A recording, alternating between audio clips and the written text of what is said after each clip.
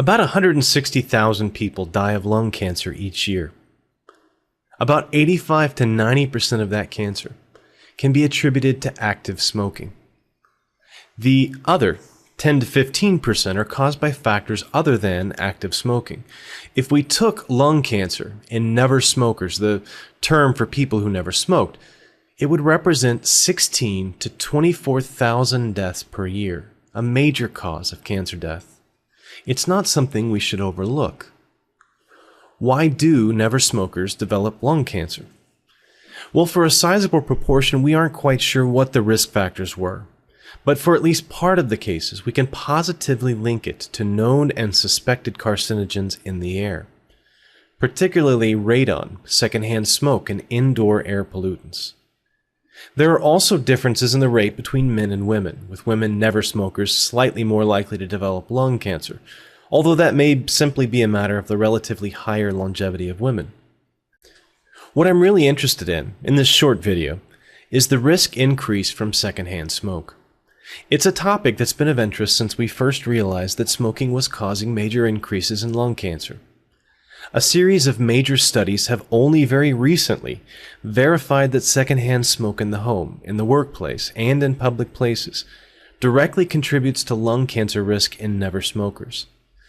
I'm going to present just some very basic results from two of these reviews, one published in Clinical Cancer Research in September of 2011, and the other in the International Journal of Cancer, published in 2004.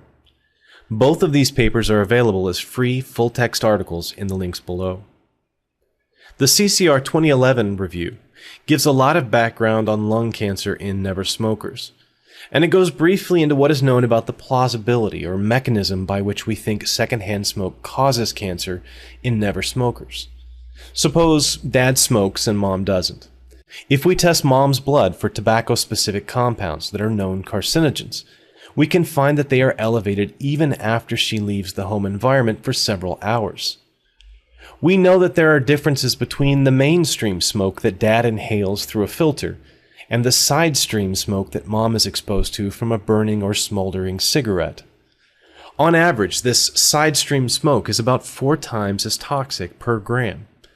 It's toxic when inhaled, toxic on the skin, and much more irritating to mucosa in your eyes, lungs, and throat than mainstream smoke. So it comes as no surprise that the never smoker wives of smoking husbands have much higher rates of various types of cancer. The increase is somewhere around 30%, depending on the population and the amount of exposure. These never smoker wives also, by similar mechanisms, have higher rates of heart disease. These effects are dose-dependent, almost right down to the very lowest exposure. That is, unlike a lot of other carcinogens, there is no known safe level of exposure to secondhand smoke that causes no extra health risk. It's an additive effect.